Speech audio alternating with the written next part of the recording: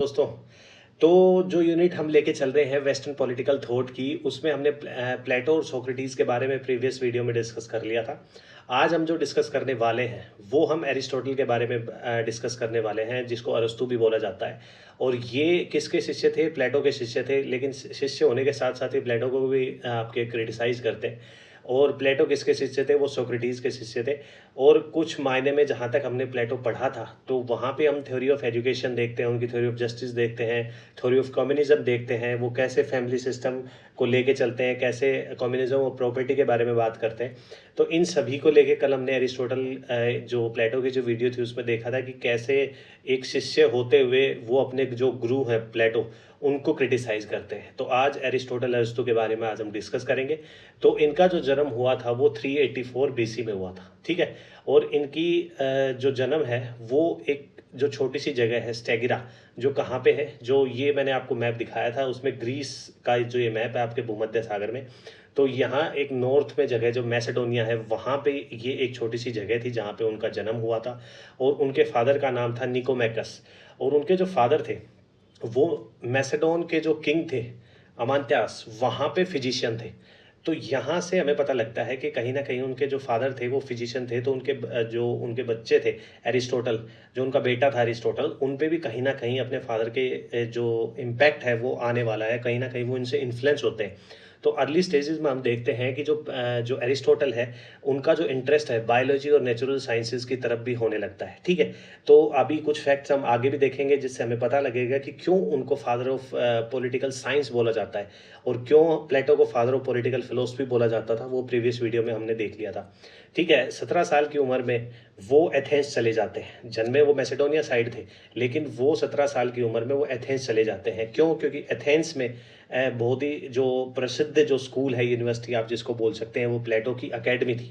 वहाँ पे वो पढ़ने चले जाते हैं और 20 साल तक वो वहाँ पढ़ते हैं, और 20 साल तक वहाँ पढ़ते हैं और वो टीचिंग भी वहाँ पे करते हैं, ठीक है। वहाँ से पढ़ने के बाद वो क्या करते हैं, वहाँ पे जब वो पढ़ रहे होते हैं, वहाँ पे वो टीचिंग कर रहे होते हैं, वहाँ पे अकेडमी में जो स्कूल है, जिसके गेट पे प्लेटो ने लिखवाया था आपका क्या, कि जो ज्योमेट्री नहीं जानता वो अंदर ना आए। तो जब वो वहाँ टीचिंग कर रहे थे उसी दौरान उनका जो गुरु थे प्लेटो, उनकी डेथ हो जाती है। उसके बाद वो क्या करते हैं, वो अकेडमी जो वो स्कूल है प्लेटो की वो छोड़ देते हैं, और वो उनके जो प्लेटो के जो भतीजे थे उनको वो सब सौंप के वहाँ से वो चले जाते हैं। और एरिस्टोटल ट्रैवल करते हैं अलग अलग जगह पे, किसकी रिसर्च में, बायोलॉजी की रिसर्च करते हैं, फिलोसफी के बारे में रिसर्च करते हैं। तो इन सब चीज़ों के बारे में वो रिसर्च करते हैं। बेसिकली यही था कि वो वहाँ पे 17 साल की उम्र में आ जाते हैं अकेडमी में पढ़ने के लिए, प्लेटो से वो अपनी शिक्षा लेते हैं, ठीक है। और उसके बाद वहाँ पे वो टीचिंग भी करते हैं। उसी दौरान जो प्लेटो की डेथ हो जाती है और वो उस अकेडमी को छोड़ के और सब कुछ सौंप जाते हैं जो प्लेटो के जो भतीजे थे उनको, ठीक है। उसके बाद क्या होता है, वो उनको वापस जब वो बायोलॉजी और फिलोसफी की रिसर्च में वो अलग अलग जगह पे घूम रहे होते हैं, तब उनको फिर से एक इनविटेशन आता है किंग फिलिप सेकंड का। क्यों? क्योंकि वो जो किंग थे वो मैसेडोन के थे। उनका जो बेटा था अलेक्जेंडर, अलेक्जेंडर द ग्रेट को शिक्षा देने के लिए या पढ़ाने के लिए उनको फिर से एक इनविटेशन मिलता है एरिस्टोटल को, किंग फिलिप सेकंड का, कि वो आए और अलेक्जेंडर को क्या बनाए, अलेक्जेंडर द ग्रेट बनाए। उनको लीडरशिप, पॉलिटिक्स, फिलोसफी, इन सब के बारे में एरिस्टोटल पढ़ाएं। ये इनविटेशन एरिस्टोटल को दिया जाता है, ठीक है। उसके बाद क्या करते हैं, वो वापस एथेंस आते हैं और वहाँ पे आने के बाद वो अपनी अपनी खुद की एक स्कूल स्टार्ट करते हैं जिसका नाम था लाइसियम। लाइसियम जो वर्ड है वो कहाँ से लेते हैं, वहाँ उनकी जो स्कूल थी उसके पास में एक मंदिर था, उसका उसका नाम, उस मंदिर का नाम लाइसियम था, तो वहाँ से वो ये नाम उठा लेते हैं और अपनी जो स्कूल है उसका नाम भी यही रखते हैं। क्योंकि जब भी हम देखते हैं तो प्लेटो ने अपनी जो स्कूल स्टार्ट की थी उसका नाम अकेडमी उन्होंने रखा था। और ये जो वापस एथेंस आने के बाद एरिस्टोटल है, वो अपनी जो स्कूल जो स्टार्ट करते हैं वो स्टार्ट करते हैं अपनी लाइसियम। तो ये भी आप नोट डाउन कर सकते हैं, ये भी आपसे एग्जाम में पूछा जा सकता है, ठीक है। तो जहाँ पे क्या पॉलिटिक्स, एथिक्स, बायोलॉजी, लॉजिक, इन सब के बारे में रिसर्च होती है। क्योंकि कहीं ना कहीं वो इनिशियल अर्ली स्टेज में देखते हैं कि उनके फादर फिजिशियन थे, तो उनका जो रुझान है, ठीक है, वो फिलोसफी की तरफ तो था ही, क्योंकि प्लेटो से वो काफ़ी पढ़े हैं, आइडियाज़ के बारे में वो भी काफ़ी प्लेटो से शिक्षा ली है, उन्हीं को वो क्रिटिसाइज़ करते हैं। लेकिन उसके साथ साथ जो साइंस के सब्जेक्ट हैं, बायोलॉजी हो गया, ठीक है, और उसके अलावा बहुत से एथिक्स हो गया, पॉलिटिक्स हो गया, इसमें भी वो अपनी स्टेटमेंट देते हैं। और उनकी जो स्कूल थी लाइसियम, ये जो वर्ड है, इस वर्ड का मतलब है घूमने फिरने वाला। इसलिए एरिस्टोटल को काफ़ी बार बोला जाता था चलती फिरती यूनिवर्सिटी। क्यों? क्योंकि उनकी स्कूल में जो एजुकेशन प्रोवाइड की जाती थी वो घूमते फिरते करवाई जाती थी। जैसे इस वीडियो में ये जो फोटो है इसमें आप देख पा रहे होगे कि वो ज़्यादातर एरिस्टोटल क्या करते थे, एरिस्टोटल अपने जो शिष्य थे उनके साथ कहीं भी जो आपकी स्कूल है लाइसियम, वहाँ पे वो घूमते रहते थे अपने स्टूडेंट के साथ, उनके साथ डिबेट डिस्कशन करते थे, कोई भी आइडिया डिस्कस करते थे। तो वो ऐसे नहीं था कि आज जैसे क्लासरूम में आप देखते हैं कि क्लासरूम में बैठ के टीचर आ रहा है, बच्चे एक जगह बैठे हुए हैं और पढ़ रहे हैं। लेकिन वहाँ पे जो उनकी जो स्कूल थी एरिस्टोटल की, अरस्तु की, वहाँ ऐसा नहीं होता था। वो अपने स्टूडेंट के साथ घूमते फिरते रहते थे पार्क वगैरह में कहीं भी, और वहाँ पे वो अपना आइडियाज़ डिस्कस करते थे। इसलिए जो उनकी स्कूल थी उनको घुमंतु स्कूल भी बोला जाता था, यात्री स्कूल भी उनको बोला जाता था, उनको घूमती फिरती यूनिवर्सिटी भी बोला जाता था एरिस्टोटल को, क्योंकि वो जितने भी अपने आइडियाज़ हैं वो घूमते फिरते अपने स्टूडेंट के साथ शेयर करते थे, डिस्कस करते थे और उनको पढ़ाते भी थे। ठीक है। लेटर स्टेज में क्या होता है, जब जो अलेक्जेंडर है, जो एरिस्टोटल के शिष्य थे, क्योंकि उनके फादर के कहने पे एरिस्टोटल वापस आते हैं और अलेक्जेंडर को शिक्षा प्रदान करते हैं। ठीक है। और उसके बाद क्या है कि अलेक्जेंडर की डेथ हो जाती है, और क्या होता है कि एथेंस में क्या होता है कि एंटी मैसेडोनियन जो सेंटिमेंट्स हैं, जो फीलिंग्स हैं, वो ग्रो करने लगती हैं। ठीक है। अलेक्जेंडर तो मर गया, उसके बाद क्या है कि एथेंस में जो मैसेडोनिया के खिलाफ एंटी जो सेंटिमेंट्स हैं वो ग्रो करने लगते हैं। तो कहीं ना कहीं आपका जो अरिस्टोटल है उसको ऐसा लगता है कि इसका लोग धीरे धीरे क्या है कि ब्लेम भी करने लगते हैं कि इन्होंने अलेक्जेंडर को शिक्षा दी थी, ये सब वगैरह।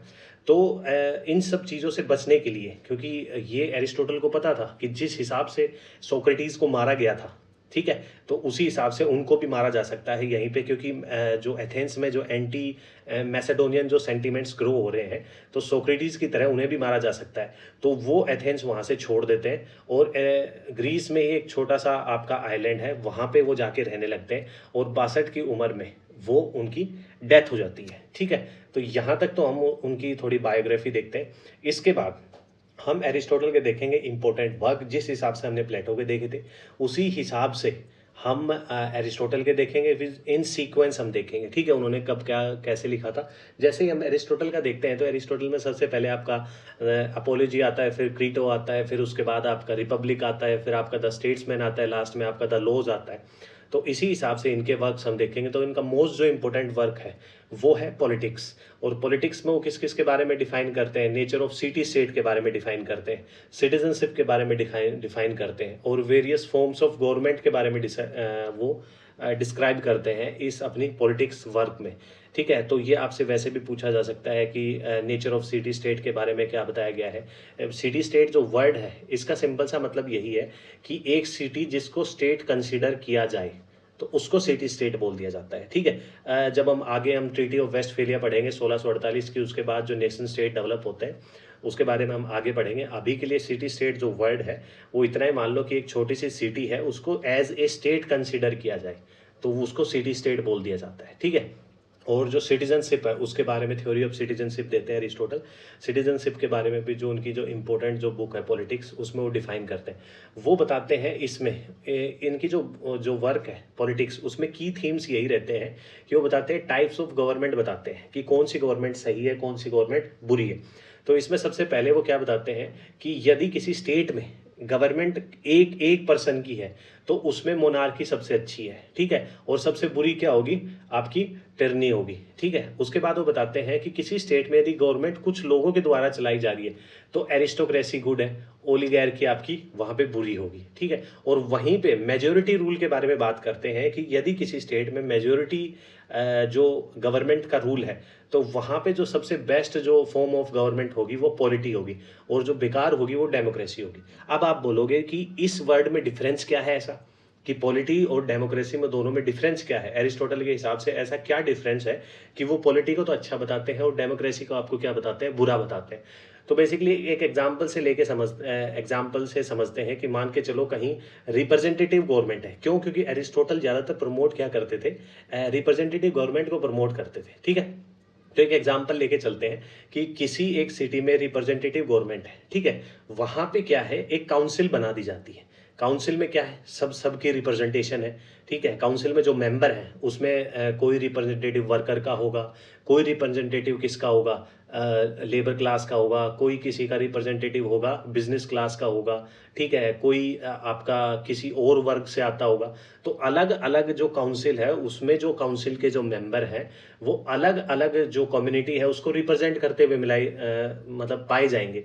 और जब भी काउंसिल कोई रूल फॉर्म करेगी तो वो सभी के हित में होगा, ठीक है, कॉमन गुड होगा, सभी के हित में होगा। ऐसा नहीं है कि मेजोरिटी के हित में हो जाएगा। लेकिन यहाँ पे वो जो पॉलिटी फॉर्म ऑफ गवर्नमेंट है उसमें वो बताते हैं कि जो काउंसिल है ना, काउंसिल में क्या है, काउंसिल में जो मेंबर है, किसी सिटी में एक काउंसिल बना दी गई है कि वो सिटी के रिगार्डिंग कोई भी लॉ बना सकती है, कोई भी पॉलिसीज फॉर्म करेगी। तो उस काउंसिल में अलग अलग वर्ग के रिप्रेजेंटेटिव उसमें मेंबर है। तो जो भी कानून या फिर जो भी पॉलिसी आपकी बनाई जाएगी वो इस हिसाब से बनाई जाएगी कि ऐसा नहीं है कि भाई सारी जो पॉलिसी है वो बिल्कुल ही वर्कर क्लास की तरफ होगी। यदि वर्कर क्लास की तरफ वो चली जाएगी तो बाकी जो रिप्रेजेंटेटिव हैं जो बिजनेस क्लास के हैं या किसी अदर क्लास के हैं तो वो कैसे मानेंगे, उस पॉलिसी को रिजेक्ट कर देंगे, पास ही नहीं होगी काउंसिल में। तो इसलिए वो बताते हैं कि एक जो पॉलिसी काउंसिल में बन के आएगी, क्योंकि वहां पे रिप्रेजेंटेटिव सभी क्लास के हैं, तो वो एक बेस्ट पॉलिसी आपकी सोसाइटी के लिए बन के आएगी। लेकिन डेमोक्रेसी में क्या है, डेमोक्रेसी में मान के चलो उस सिटी में 70% वर्किंग क्लास, ठीक है, वर्कर क्लास है, और 30% बाकी है। तो मान लो वोटिंग करने पे आए तो कोई भी बिल आपका पास होगा तो वो ज़्यादातर किसकी तरफ टिल्टेड हो जाएगा, वर्कर क्लास की तरफ टिल्टेड हो जाएगा। एग्जाम्पल के लिए लेते हैं कि मान के चलो उस सिटी में टैक्स को कम करने के लिए बिल पास किया जा रहा है। टैक्स को भाई मान के चलो कि भाई उस सिटी का फ्यूचर नहीं देखा जा रहा, क्योंकि यदि बिल्कुल ही आप टैक्स कम कर दोगे तो सिटी के जो वेलफेयर के वर्क है वो कैसे होंगे, गवर्नमेंट उस सिटी की कैसे चलाएगी। तो लेकिन जो वर्कर क्लास है वो तो इससे खुश होगी कि टैक्स कम किए जा रहे हैं, पैसा हमारे पास ज़्यादा बचेगा। और 70% आपकी सिटी में क्या है, वर्कर क्लास ही है। तो वोट दे के उस बिल को पास करवा ले जाएंगे और आगे आने वाले टाइम में सिटी को नुकसान होगा। तो इसलिए इस एग्जाम्पल से आप समझ गए होंगे कि पॉलिटी किस हिसाब की गवर्नमेंट एरिस्टोटल लेके चलता है, और डेमोक्रेसी किस हिसाब से, जो डेमोक्रेसी को वो क्रिटिसाइज करते हैं कि डेमोक्रेसी क्या है, जो मेजोरिटी जो लोग हैं उनकी तानाशाही है। आपकी जो पॉलिटी जो गवर्नमेंट है उसमें एक सिटी में काउंसिल बना दी गई है, काउंसिल में 10 मेंबर है, तो 10 के 10 मेंबर अलग अलग कम्युनिटी को, सोसाइटी में जो अलग अलग कम्युनिटीज़ हैं, लेबर क्लास हो गया, बिजनेस क्लास हो गया, अलग अलग हो गया, मिडिल क्लास हो गया, उन सबके रिप्रेजेंटेटिव हैं उसमें। तो पॉलिसी बनेगी तो सभी के हित में बनेगी। तो इस हिसाब से आप पॉलिटी और डेमोक्रेसी के बीच में डिफरेंस समझ सकते हैं एरिस्टोटल की तरह। एरिस्टोटल ने जैसे डिफाइन किया था, ठीक है। वो बताते हैं कि जो बेस्ट जो गवर्नमेंट है वो पॉलिटी गवर्नमेंट है। अभी मैंने एग्जाम्पल से आपसे समझाया कि एरिस्टोटल क्यों कहते हैं कि पॉलिटी जो फॉर्म ऑफ गवर्नमेंट है वो बेस्ट क्यों है। वो इस वजह से है कि जो काउंसिल में जो मेंबर हैं वो रिप्रेजेंटेटिव हैं अलग अलग कम्युनिटी के। वो सिटीजन वर्च्यू की बात करते हैं, ठीक है। इसी में good citizen must also a moral good person, क्योंकि एरिस्टोटल एक स्टेटमेंट भी देते हैं, ये भी आप नोट डाउन कर सकते हैं कि किसी एक स्टेट में या सिटी स्टेट में, उस टाइम पे सिटी स्टेट हुआ करते थे, तो एरिस्टोटल के हिसाब से ये था कि किसी सिटी स्टेट में एक अच्छे पर्सन होंगे ना, तो अच्छे करेक्टर के पर्सन होंगे तो वो सिटी स्टेट भी आपका अच्छा होगा, और यदि बुरे करेक्टर के लोग होंगे तो वो क्या होगा, सिटी स्टेट भी बुरा हो जाएगा। तो ये स्टेटमेंट भी वो देते हैं। वो बताते हैं रोल ऑफ मिडिल क्लास के बारे में, इस जो पॉलिटिक्स वर्क है उसमें बात करते हैं कि जो मिडिल क्लास को वो हमेशा से ही अच्छा मानते हैं। क्यों? क्योंकि उनका मानना ये है कि जो रिच क्लास है, रिच क्लास का भरोसा पुअर क्लास नहीं करेगी और पुअर क्लास का भरोसा रिच क्लास नहीं करेगी। तो इनका जो मीडिएटर है वो है मिडिल क्लास, ठीक है। तो वो मिडिल क्लास को ज़्यादा तवज्जो देते हैं और मिडिल क्लास को थोड़ा स्टेबल और हेल्दी भी मानते हैं स्टेट के लिए।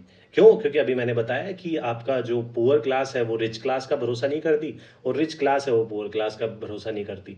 तो गौतम बुद्ध की तरह आपका जो मिडिल जो पाथ है वो है आपका मिडिल क्लास, ठीक है। अब इसके बाद क्या आता है, जो सेकंड जो उनका इंपॉर्टेंट वर्क आता है वो आता है निकोमैकियन एथिक्स। अभी आप ये कहोगे कि ये वर्ड कहाँ से आ गया निकोमैकियन। अब निकोमैकियन जो वर्ड है उनका फादर का नाम रिकॉल करो। जब मैंने आपको उनके फादर का नाम बताया था, उनके फादर का नाम था निकोमैकस। वहीं से एरिस्टोटल ने वर्ड लिया और निकोमैकियन एथिक्स इसका अपने वर्क का नाम दिया। और इसी वर्क में जो मोस्ट इंपॉर्टेंट जो स्टेटमेंट है, एग्जाम में काफ़ी बार आपसे पूछी जाती है कि स्टेटमेंट ऐसे दे दी जाती है कि man is a social animal. बताओ ये किसने कहा था? तो ये तो बच्चे को पता होगा जो भी सोशल साइंस पढ़ता होगा। लेकिन क्वेश्चन को यहीं घुमा के थोड़ा पूछा जाए कि बताओ man is a social animal, ये एरिस्टोटल अरस्तु ने कहा था, कौन सी बुक में कहा था, यहाँ फंस जाओगे, ठीक है।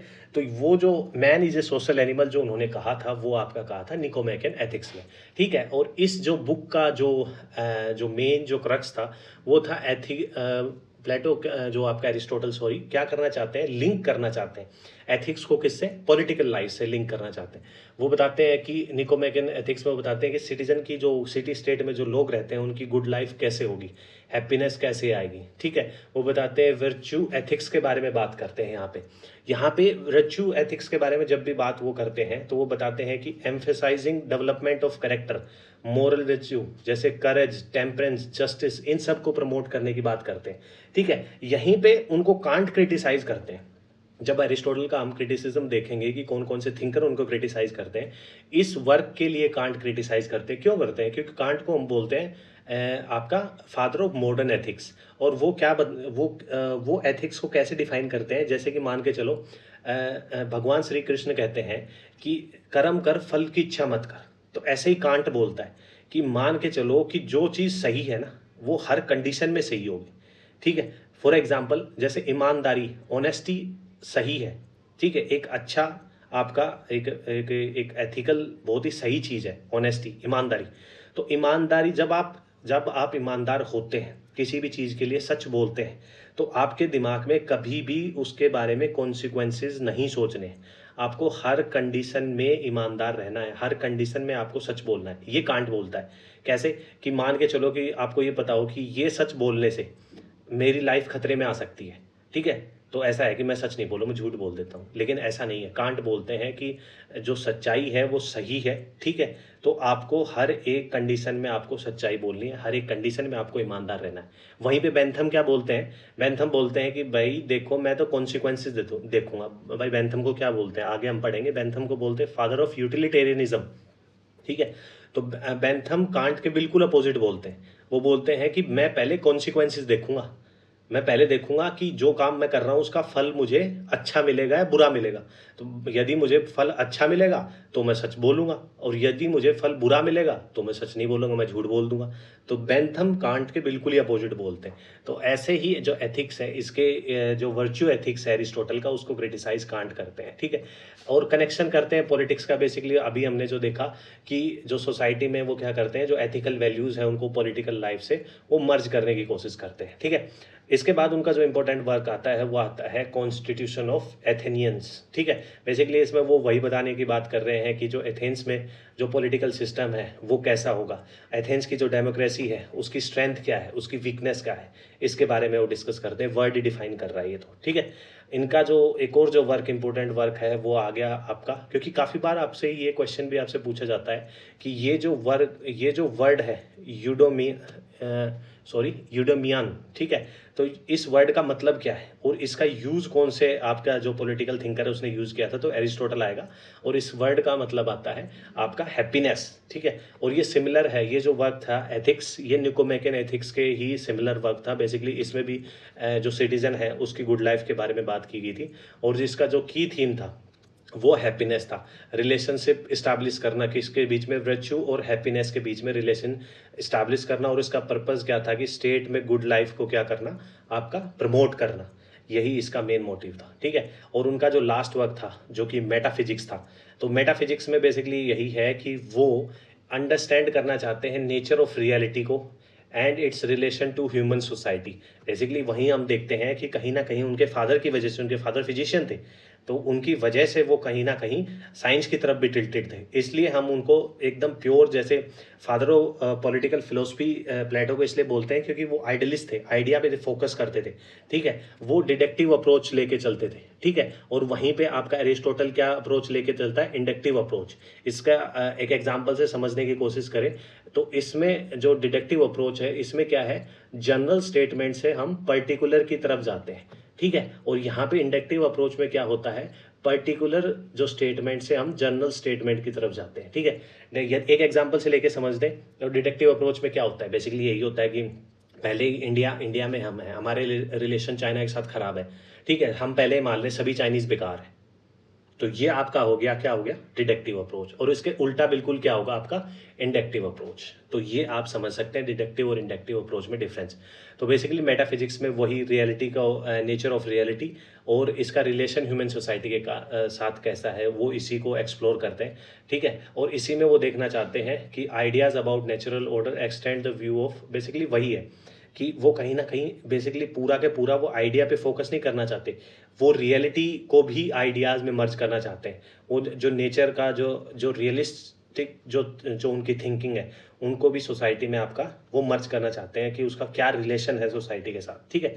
उनका जो इंपॉर्टेंट जो वर्क है कि थ्योरी ऑफ सिटीजनशिप, कि सिटीजन किसको माना जाए और सिटीजनशिप एक सिटी स्टेट में या स्टेट में किसको दी जाएगी। तो एरिस्टोटल के हिसाब से जो आपका जो सिटीजनशिप है वो दो बेसिस पे मिलती है। एक तो आपका बाय बर्थ मिलती है, दूसरा आपका यदि ब्लड रिलेशन हो तो उस पे मिलती है, ठीक है। एक तो बर्थ हो गया, एक आपका ब्लड रिलेशन बेसिस पे मिलती है, ठीक है। वो डिफाइन करते हैं थ्योरी ऑफ सिटीजनशिप में, वो डिफाइन करते हैं सिटीजन को कि सिटीजन कौन है। वही है कि जो एक्टिवली पार्टिसिपेट करे, ठीक है। आपका एडमिनिस्ट्रेशन हो गया, आपकी पॉलिसी फॉर्मेशन हो गया स्टेट में, तो इन सब में एक्टिवली पार्टिसिपेट करे और एक्टिवली इन्वॉल्व हो किस में, पब्लिक अफेयर्स में, ठीक है, डिसीजन मेकिंग पर आपका प्रोसेस में। तो इन सब के बारे में वो बात करते हैं, ठीक है। पॉलिटिकल जो सिटीजन है, ठीक है, सिटीजनशिप मिलने के बाद जो सिटीजन है उनके उनके पास जो पॉलिटिकल राइट्स होते हैं, ठीक है, स्पेशली राइट टू वोट होता है और पब्लिक ऑफिस ज्वाइन करने का, ये पॉलिटिकल राइट्स के बारे में वो थ्योरी ऑफ सिटीजनशिप में बात करते हैं, ठीक है। वो बताते हैं कि citizenship and type of government के बारे में बात करते हैं, कि उसमें बताते हैं कि जो कॉन्स्टिट्यूशन है ना वो डिफरेंट टाइप का होता है, कि वो वेरी करता है, वो डिपेंड करता है किस पे, डिफरेंट टाइप ऑफ गवर्नमेंट।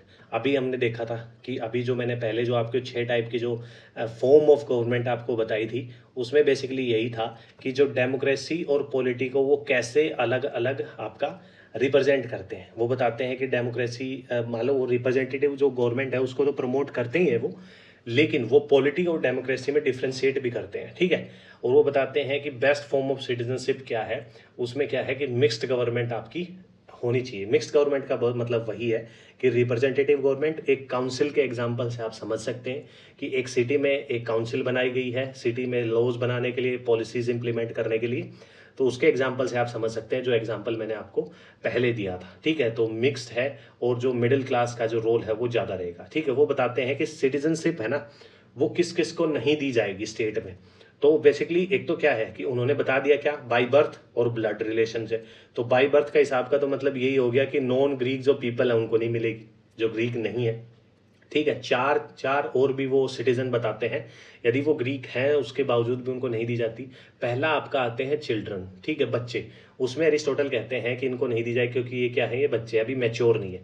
दूसरा वो आते हैं आपका, क्या बताते हैं, आपका स्लेव, ठीक है। क्यों स्लेव को क्यों बताते हैं, वो बताते हैं कि स्लेव के पास क्या है, रीजनिंग नहीं है, सोचने की क्षमता नहीं है, ठीक है। तीसरा आपका बताते हैं, वो बताते हैं वुमेन, औरतों को बताते हैं। वो बताते हैं कि जो फैमिली सिस्टम है, औरतें क्या है कि औरतें हैं कि भाई बच्चे पैदा करें अपने फैमिली सिस्टम को, जो पर्सन है वहाँ पे जिन बच्चों को उन्होंने पैदा किया है उनका नरिशमेंट करे। और कन्फाइंड इन 4 वॉल्स की महिलाएं क्या है कि घर की 4 दीवारी के अंदर रहें, ठीक है, अंदर रहती हैं, तो इसलिए उनको सिटीजनशिप से अवॉइड किया गया है। और लास्ट आपका आता है एज्ड पर्सन, क्यों, क्योंकि उनमें जो उतनी फिजिकल कैपेबिलिटी नहीं रही है, तो इन सब को वो क्या करते हैं, सिटीजनशिप से अवॉइड करते हैं। क्यों, क्योंकि बेसिकली वो मानते हैं कि ये एक टाइप का बर्डन है, ठीक है। अब यहीं पे हम देखते हैं प्लेटो और एरिस्टोटल के बीच में डिफरेंस, कि एरिस्टोटल तो क्या करता है, आपका प्लेटो क्या करता है, बेसिकली वो फैमिली सिस्टम को ख़त्म करने की कोशिश करते हैं। क्यों करते हैं, वो कहते हैं कि आप जो माँ है वो उसने बच्चा पैदा किया है, वो बच्चा स्टेट के हवाले कर दो, उसका नरिशमेंट हो गया, उसका एजुकेशन सिस्टम हो गया, वो सब क्या देखेगा, स्टेट देखेगा। उन्होंने थ्योरी ऑफ एजुकेशन दी थी, उस हिसाब से स्टेट क्या करेगा, उसको एजुकेशन प्रोवाइड करेगा, नरिशमेंट प्रोवाइड करेगा। और जो महिलाएं हैं वो घर से बाहर निकलें, ठीक है, क्यों, ताकि वो पॉलिटिकल पार्टिसिपेशन कर सके, ठीक है, वो क्या पढ़ सके, वो फिलोसफर किंग बन सके। तो उसमें प्लेटो उन दोनों में डिफ्रेंशिएट नहीं करता है, मेल और फीमेल में कोई भी फिलोसफर किंग बन सकता है। लेकिन यहाँ पे हम एरिस्टोटल को देखते हैं कि एरिस्टोटल क्या है, सिटीजनशिप से विमेन को बाहर निकाल देता है, ठीक है।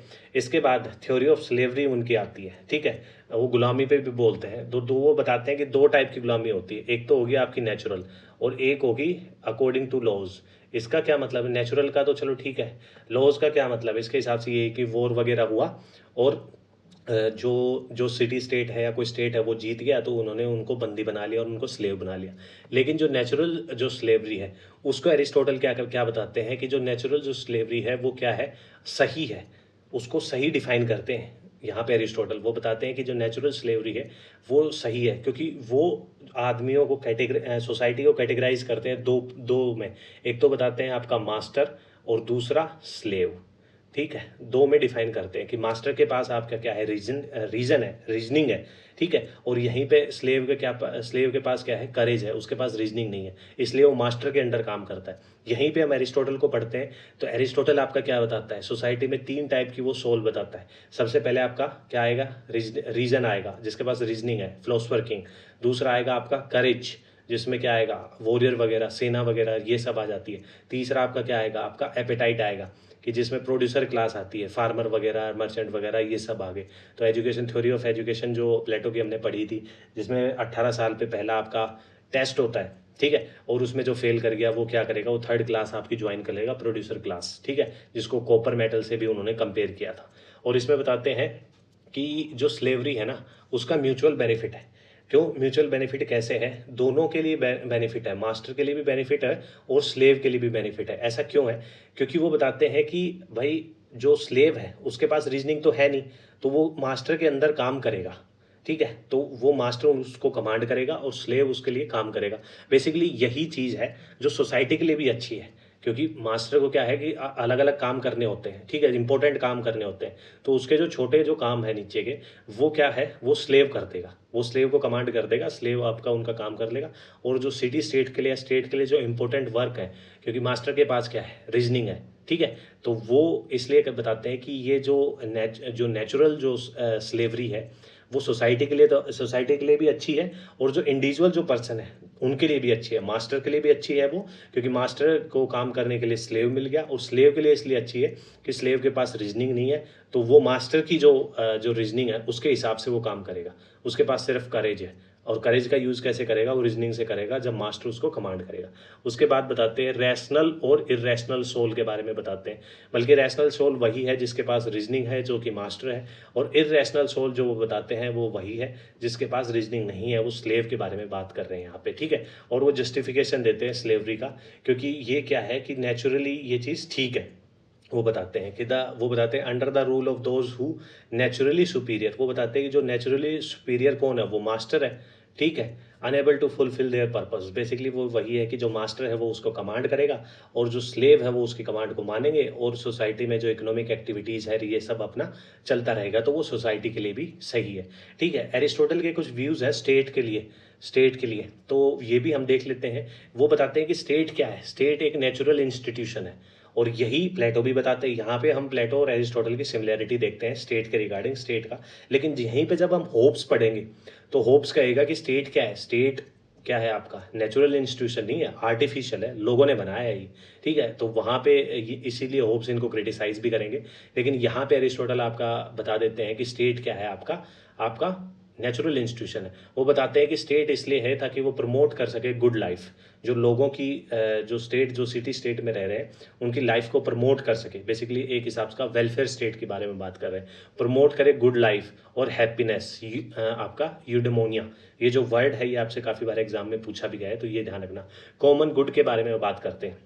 कॉमन गुड का मतलब यही है कि वो इंडिविजुअल पे फोकस नहीं करते, वो कॉमन गुड के बारे में बात करते हैं। कि कॉमन गुड का मतलब यही है कि जैसे ही अभी मैंने एग्जांपल दिया था, कॉमन गुड का मतलब यही है कि कम्युनिटी डेवलपमेंट की बात करते हैं। जो आपका जो है प्लेटो थे वो भी कम्युनिटी डेवलपमेंट की बात करते थे, इंडिविजुअल डेवलपमेंट की बात नहीं करते थे। ऐसे ही वो ये बताते हैं कि स्टेट किस लिए है, स्टेट है कॉमन गुड के लिए, जिसमें सबसे ज़्यादा उनको क्या हो, जो ज़्यादा से ज़्यादा, मान लो कोई भी पॉलिसी बनाई जाती है, जैसे जो काउंसिल का हमने सिटी में जो काउंसिल बनाई गई थी, वो जो एग्जाम्पल हमने लिया था। ठीक है, तो उसमें क्या था कि जो भी पॉलिसी बनाई जाएगी वो कॉमन गुड के लिए होगी, मैक्सिमम लोगों के जो बेनिफिट है वो प्रोवाइड करेगी, मैक्सिमम लोगों को बेनिफिट प्रोवाइड करेगी। ऐसे नहीं कि जो सोसाइटी में जो मेजोरिटी है सिर्फ उसी को बेनिफिट प्रोवाइड करेगी। इसमें वो बताते हैं कि role of the middle class, state में क्या है कि यदि स्टेट में स्टेबिलिटी लानी है, एरिस्टोटल कहते हैं कि यदि स्टेट में स्टेबिलिटी लानी है तो मिडिल क्लास को स्ट्रेंथन करना पड़ेगा। क्यों, क्योंकि मैंने पहले भी आपको बताया था कि जो रिच क्लास है वो पुअर क्लास पे बिलीव नहीं करती, संदेह करती है, और पुअर क्लास क्या है, रिच क्लास पे संदेह करती है। लेकिन जो बीच का है, जो मिडिल क्लास है, उस पे वो दोनों ही जो पार्टी है, रिच और पुअर, वो दोनों ही आपकी क्या करती है, विश्वास करती है। तो इसलिए यदि कॉन्फ्लिक्ट से बचना है स्टेट में, तो हमें मिडिल क्लास को स्ट्रेंथन करना पड़ेगा, और स्टेट में मिडिल क्लास ही मोस्ट इंपॉर्टेंट है, वो बताते हैं, उसका रोल बहुत इंपॉर्टेंट है। थ्योरी ऑफ कॉन्स्टिट्यूशन के बारे में हम बात करते हैं। एरिस्टोटल के जो थ्योरी ऑफ कॉन्स्टिट्यूशन है, उसमें वो 6 फॉर्म्स ऑफ गवर्नमेंट बताते हैं, जो कि मैं पहले भी आपको डिफाइन कर चुका हूँ कि कौन सी सही है, कौन सी सही नहीं है। वो बताते हैं कि जब भी आपका single person form of government होगी, तो वहाँ पे मोनार्की अच्छी होगी, और जो आपकी क्या है, टर्नी है, वो आपकी क्या होगी, ये मतलब गलत होगी।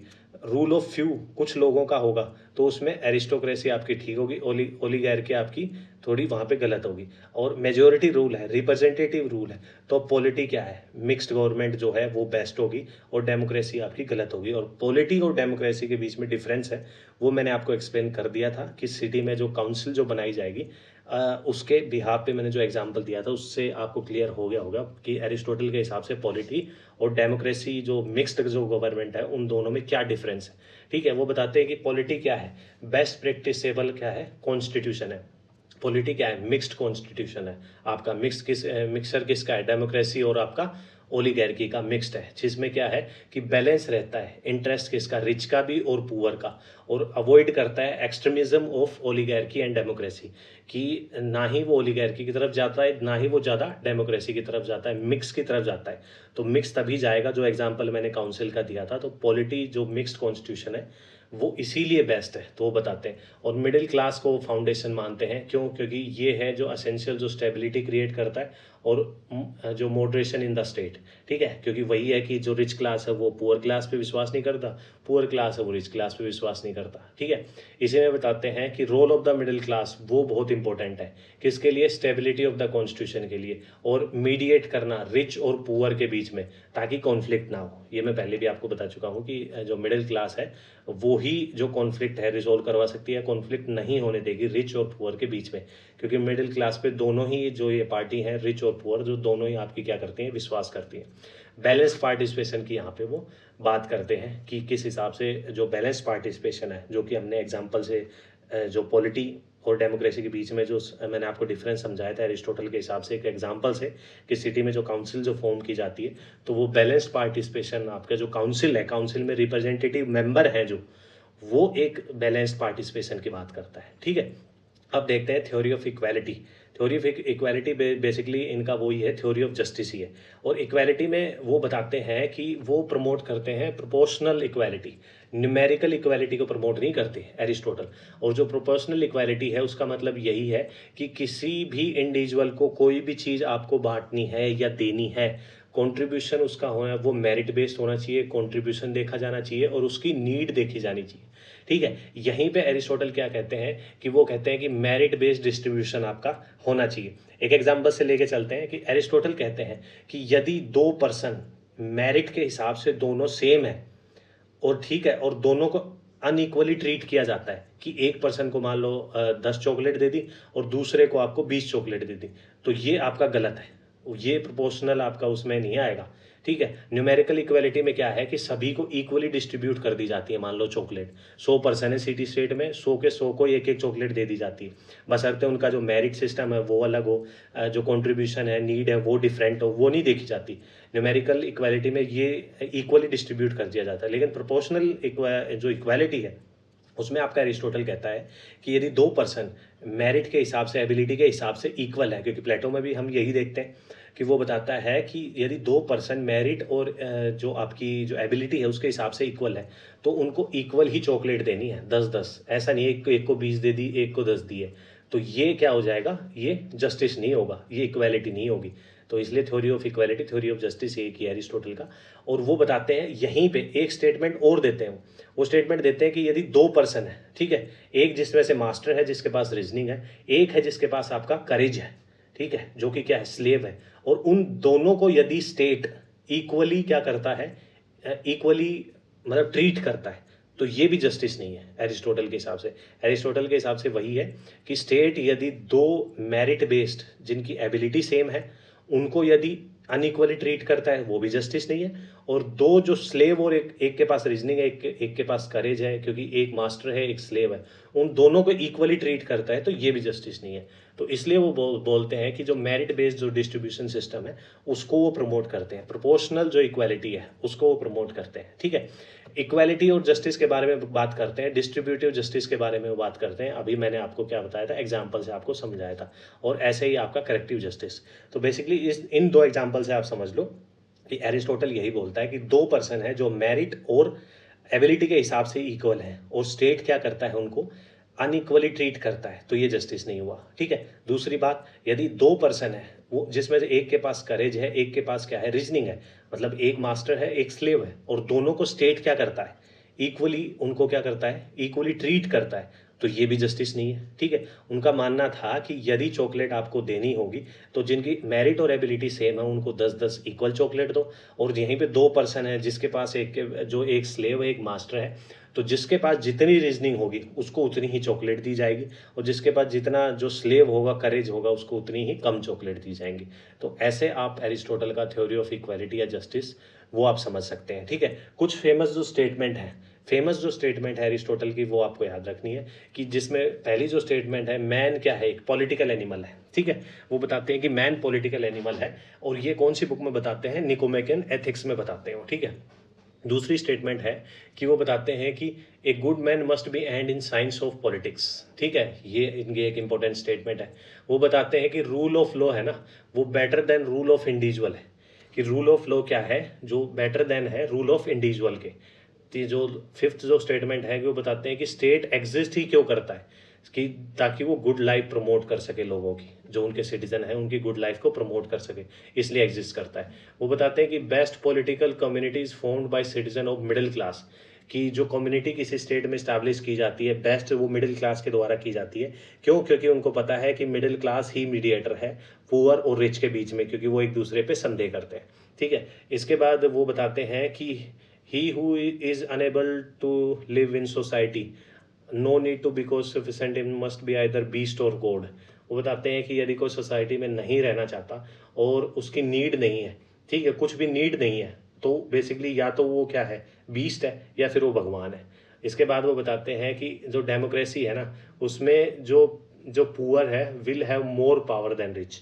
डेमोक्रेसी है, पॉलिटी है, जिसमें वो जो फॉर्म ऑफ गवर्नमेंट बताते हैं उसमें वो बताते हैं कि जो पुअर है उसके पास क्या है, ज़्यादा पावर है एक अमीर की बजाय। क्यों? क्योंकि वहाँ पे मेजोरिटी सुप्रीम करती है। वो एग्जांपल से मैंने आपको बताया था कि मान लो सिटी स्टेट में या किसी स्टेट में 100 लोग रहते हैं, ठीक है, जिसमें 70 वर्किंग क्लास है, ठीक है, और वहाँ पे यदि रूल लाया जाए कि टैक्स कम कर दिया जाए बिल्कुल ही, बशर्ते ही वो उस स्टेट के लिए या सिटी स्टेट के लिए फ्यूचर में आगे आने वाले भयावक हो सकता है, लेकिन उस टाइम के लिए जो वर्किंग क्लास है वो तो यही सोचेगा कि बढ़िया है, टैक्स कम होगा, हमारी जेब में पैसा ज़्यादा आएगा। ठीक है, तो लेकिन वो कल के कॉन्सिक्वेंसेज नहीं देख रहे, वो आज के बेनिफिट देख रहे हैं, और वो उस बिल को पास भी करवा ले जाएंगे, क्योंकि वो सोसाइटी में 70% है। इसलिए वो बोलते हैं कि डेमोक्रेसी नहीं, पॉलिटी होनी चाहिए, जो रिप्रेजेंटेटिव गवर्नमेंट है, जो कि हमने जो सिटी में जो काउंसिल बनाई गई थी, काउंसिल में जो रिप्रेजेंटेटिव मेंबर बैठे हुए हैं, उस एग्जाम्पल से समझाने की कोशिश की थी। और लास्ट जो स्टेटमेंट है वो है उसकी, law is a reason without passion. इस स्टेटमेंट में वो क्रिटिसाइज करते हैं अपने गुरु को, प्लेटो के किसके, फिलोसफर किंग को क्रिटिसाइज करते हैं इस स्टेटमेंट पे वो। तो ये आप देख सकते हैं। लास्ट में किसी भी थिंकर का हम देखते हैं कि क्रिटिसिज्म देखते हैं कि उनको क्रिटिसाइज किसने किया था। सबसे पहले तो होब्स ने किया था, मैंने आपको बताया था कि जो नेचर, जो एरिस्टोटल आपका क्या कहता है, एरिस्टोटल कहता है आपका कि स्टेट क्या है, नेचुरल है, लेकिन वो होब्स यहीं पे क्या कहता है कि स्टेट ऑफ नेचर क्या है, स्टेट ऑफ वॉर है। और वो बताते हैं होब्स क्या है, होब्स बताता है कि स्टेट क्या है, नेचुरल नहीं है, स्टेट आर्टिफिशियल है। तो यहाँ वो ऐसे क्रिटिसाइज कर दिया। और नीचे पोस्ट मॉडर्निस्ट इसे क्रिटिसाइज करते हैं एरिस्टोटल की जो एथिक्स के बारे में, जो उन्होंने जो वर्चुअल एथिक्स के बारे में जो बात की थी, उनको क्रिटिसाइज करते हैं। कार्ल मार्क्स क्रिटिसाइज करते हैं। क्यों? क्योंकि एरिस्टोटल ने क्या कर दिया, क्लास स्ट्रक्चर कर दी, कि उसने बता दिया कि जो सोसाइटी है उसमें 2 टाइप के लोग हैं, एक मास्टर है एक स्लेव है, एक के पास रीजनिंग है एक के पास करेज है। और जो स्लेवरी है उसको भी सही बता दिया उन्होंने कि नेचुरल स्लेवरी आपकी सही है, इसलिए कहा मार्क्स क्रिटिसाइज करते हैं। कांट क्रिटिसाइज करते हैं, मैंने आपको बताया था जो वर्च्यू एथिक्स है एरिस्टोटल की उसको क्रिटिसाइज करते हैं। कांट बताते हैं कि एथिक्स जो है ना वो क्या है, हर टाइम पे सेम रहेगी, कि आपको यदि आप ऑनेस्ट हैं तो आप कॉन्सिक्वेंसेज नहीं देख सकते बेंथम की तरह, कि कॉन्सिक्वेंसेज देखोगे तब सच बोलोगे, कि क्या पता इस कॉन्सिक्वेंसेज से मेरे पैसे खर्च हो जाएं या इस कॉन्सिक्वेंसेज से मैं मर जाऊं। तो सच तो ये है कि आपको बोलना ही पड़ेगा, आपको किसी भी कंडीशन में। तो कांट यहाँ पे, रसल उनको क्रिटिसाइज करते हैं क्योंकि जो एरिस्टोटल क्योंकि साइंस की तरफ टिल्टेड थे, उनके जो फादर थे वो फिजिशियन थे, लेकिन उसके बाद जब वो कुछ एक्सपेरिमेंट करते हैं साइंस के साथ तो उनकी थ्योरीज में वो गड़बड़ करते हैं, इसलिए जो रसल है वो क्रिटिसाइज करते हैं। जेएस मिल उनको क्रिटिसाइज करते हैं, क्यों? पॉलिटिकल कंजर्वेटिज्म की वजह से, ठीक है, क्योंकि जेएस मिल को जब हम पढ़ेंगे तो उन्होंने भी जो ओन रिप्रेजेंटेटिव गवर्नमेंट पे भी उन्होंने काफ़ी काम किया था, वो भी रिप्रेजेंटेटिव गवर्नमेंट को प्रमोट करते थे, इसलिए वो एरिस्टोटल को यहाँ पे क्रिटिसाइज करते हैं।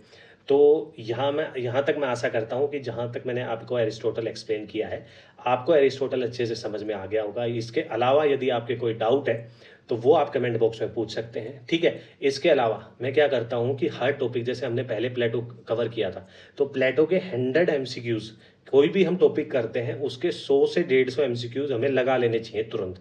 उससे क्या बेनिफिट होता है कि हमें ये पता लग जाता है कि ऑब्जेक्टिव टाइप एमसीक्यूज हम लगाते हैं तो हमें पता लग जाता है कि हाँ, हमने टॉपिक को सही से समझा है। और ये एमसीक्यूज आपको कहाँ मिलेंगे? ये मेरा जो डिस्क्रिप्शन बॉक्स में टेलीग्राम चैनल है, वो टेलीग्राम चैनल आप जाके ज्वाइन कर सकते हैं। उस टेलीग्राम चैनल पे मैं क्या करता हूँ, जैसे हमने कल प्लेटो किया, उसके क्वेश्चन मैं आज डाल दूंगा, 100 से 150 क्वेश्चन, ठीक है।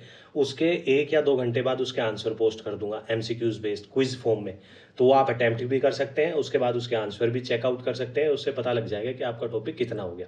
और कल आपको 100 से 150 क्वेश्चन आपको एरिस्टोटल बेस्ड मिल जाएंगे, ठीक है। तो आशा करता हूँ ये टॉपिक आपको अच्छे से समझ में आ गया होगा। और आपका यूजीसी नेट एग्जाम भी आ रहा है, वो भी आप अपना पढ़ते रहें, ठीक है। असिस्टेंट प्रोफेसर हरियाणा और पीजीटी का तो आ ही रहा है, और जो भी आपके साथी जो पॉलिटिकल साइंस जो पढ़ते हैं उन सभी के साथ आप ये सब वीडियोस आप शेयर कर सकते हैं, ठीक है। All the very best, thank you.